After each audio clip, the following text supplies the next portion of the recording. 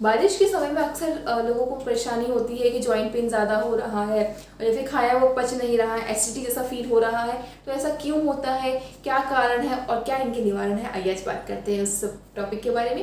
नमस्कार दोस्तों, जय गो माता, वंदे मातरम, ज्योतिर्मय गौमय सेवा संस्थान से डॉक्टर निशा भारद्वाज। आज हम बात करेंगे उन सभी चीज़ों के बारे में जो बारिश के समय में दिक्कतें बढ़ाती हैं। तो ऐसा क्यों होता है, सबसे पहले बात करते हैं।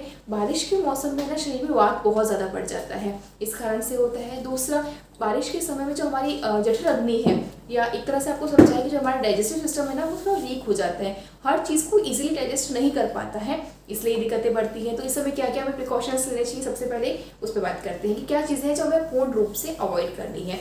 सबसे पहले दिन की शुरुआत किससे करते हैं आप? चाय कॉफ़ी से, कैफीन से। उसको बिल्कुल ही कम कर दीजिए, हम तो कहेंगे बिल्कुल ही बंद कर दीजिए। अगर आप बंद नहीं कर पा रहे हैं तो दिन में सिर्फ एक बार लेनी है, आप शाम के समय में ले लीजिए, सुबह आपको उसका प्रयोग नहीं करना है। दूसरा, जो भी हरे पत्तेदार सब्जियां आती है, जो भी ग्रीन लीफ वेजिटेबल्स आ रही है, उसको आपको यूज़ नहीं करना है, क्योंकि इस समय क्या होता है कि हरी सब्जियों में बैक्टीरिया बहुत ज़्यादा होते हैं। आप उनको वॉश करके, हालांकि नॉर्मल पानी से वॉश करेंगे उससे इजीली बैक्टीरिया नहीं निकलते हैं, वो आपकी बॉडी में जाएंगे, पेट में जाएंगे, डाइजेस्ट नहीं होंगे, आपको वापस उल्टी होगी या फिर डायरिया हो जाएगा, यानी लूज मोशन लग जाएंगे। तो इसलिए आपको ग्रीन लीफ वेजिटेबल्स अवॉइड करनी है। अगर फिर भी लेना बहुत ज़रूरी है या खाने का बहुत ही ज़्यादा मन हो रहा है, तो आप कैसे लेंगे? ग्रीन लीफ वेजिटेबल्स को, जो भी हरे पत्तेदार सब्जियां हैं, जिसमें पालक, मेथी, बथुआ, सरसों, जो भी पत्ते हैं सब्जियों की, उनको आप अच्छे से बॉईल करना है, वो भी नमक वाले पानी में। उसके बाद आप उसका प्रयोग कर सकते हैं, वो भी अवॉइड ही करना है, पर अगर करने की इच्छा हो रही है तो ठीक है, इसका ध्यान रखना है। इसके बाद में फूल गोभी, पत्ते गोभी का प्रयोग नहीं करना है। दही छाछ यूज़ नहीं करना है। दही खाने का मन बहुत ही ज़्यादा है तो किस समय करेंगे? देखिए, सावन भादो जो महीना है ना बारिश का, इस समय धूप कम निकलती है। अगर अभी बीच में कोई ऐसा दिन आया है कि बहुत अच्छी धूप निकली हुई है, तेज़ धूप निकली हुई है, तो आप आधा कटोरी दही ले सकते हैं, वो भी धूप में बैठकर। जो सुबह का समय है 10 से 11 बजे तक, जो 9 से 10 के बीच में या 11 बजे तक जो आप सुबह का पहला मील ले रही हैं, उसके अंदर आप दही को इंक्लूड कर सकते हैं।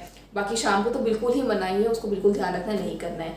फिर क्या होता है, बारिश के मौसम में थोड़ी सी बारिश हुई, हल्की सी ठंडक हुई, तो चाट खाने का मन किया, या फिर कुछ गरम पकोड़े बना रही हैं, कुछ समोसे, मिर्ची वड़ा या कचौरी, जो भी कुछ खाने का बाहर स्ट्रीट फूड पे भी बहुत ज़्यादा मिल जाता है, बहुत भीड़ पड़ती है उन पे भी। पूर्ण रूप से अवॉइड करना है उन चीज़ों को। देखिए, बाहर का तो खाना ही नहीं है इस समय। बाहर में इस समय क्या होता है, बारिश के मौसम में मक्खियाँ, गंदगी बहुत ज़्यादा बढ़ जाती है, तो उस भोजन के ऊपर भी होती है, तो उसको बिल्कुल अवॉइड करना है। बाहर का कुछ नहीं खाना है। घर पे भी इस समय पकौड़े तल के नहीं खाना है। क्यों नहीं खाना है? क्योंकि जो हमारी जठर अग्नि है वो इतनी स्ट्रॉन्ग नहीं है। आपको बताया था ना, डाइजेस्टिव सिस्टम वीक हो गया है, खाना पच नहीं रहा है, और आप इतना डीप फ्राइड चीज़ें खाएंगे तो कहाँ से पचेगा?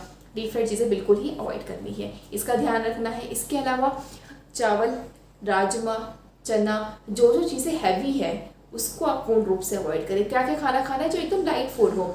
एक बात का और ध्यान रखना है कि जो पहले भोजन किया हुआ है, जब तक वो पूर्ण रूप से पच ना जाए तब तक आप दूसरा भोजन नहीं लेंगे। तो ये कैसे पता चलेगा कि खाना हमारा पचा या नहीं पचा?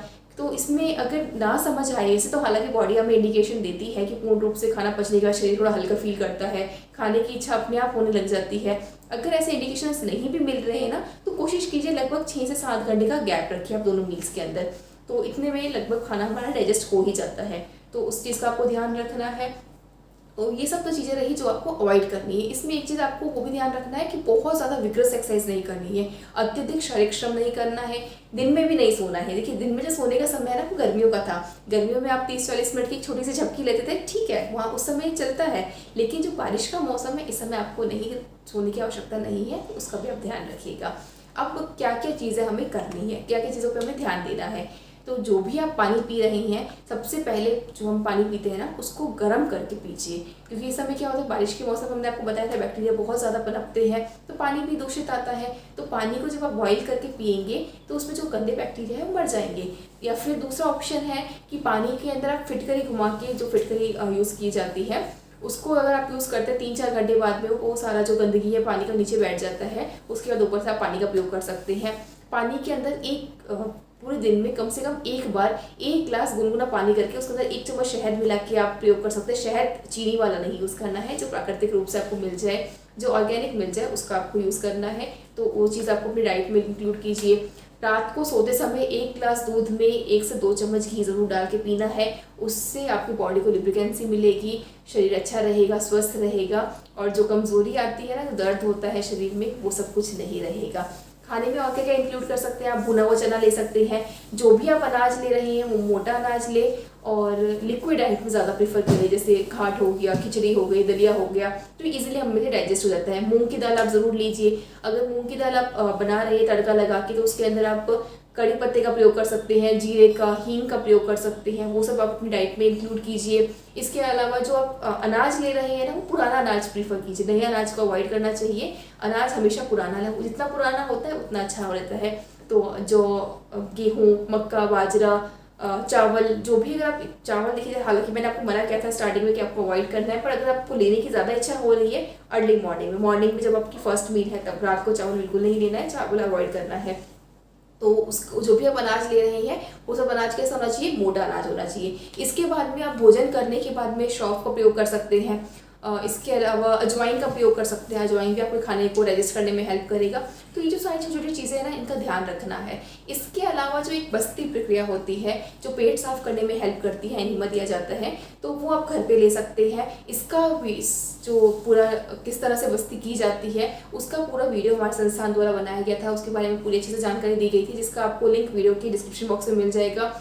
वो आप ज़रूर कीजिए, उसको भी आप अपनी डेली लाइफ शेड्यूल में साथ में आप जोड़िए, ताकि इससे भी क्या है, बॉडी के अंदर जो गंदगी है ना वो डिटॉक्स हो सके। तो उसका ज़रूर ध्यान रखिए। एक चीज़ और, जैसे मैंने आपको बताया डिटॉक्स के बारे में, तो जो आप ग्रीन लीफ जूस पीते थे वो आप इस समय पी सकते हैं, कोई दिक्कत नहीं है। ध्यान क्या रखना है कि जो भी आप पत्तियाँ यूज़ करें उसे अच्छे से वॉश कर लीजिए, या फिर नमक वाला जो पानी है ना, गर्म पानी करके उसमें अगर आप वॉश करके अच्छे से फिर यूज़ करते हैं तो आप उसे ले सकते हैं, उसमें कोई दिक्कत नहीं। क्योंकि हमने आपको बताया था ग्रीन लीफ वेजिटेबल्स यूज़ नहीं करनी है, बट जो लीव्स आप जूस बना रही हैं वो कोशिश कीजिए पत्तियाँ आपकी खुद की गार्डन की हो या आपके आसपास ही बगीचे की हो, जहाँ से आप खुद तोड़ के ला रहे हो। आपको पता होना चाहिए कि वो सही है, मतलब ख़राब नहीं हुई है, एकदम फ्रेश लेके आ रही हैं। तो उन चीज़ों का ध्यान रखना है।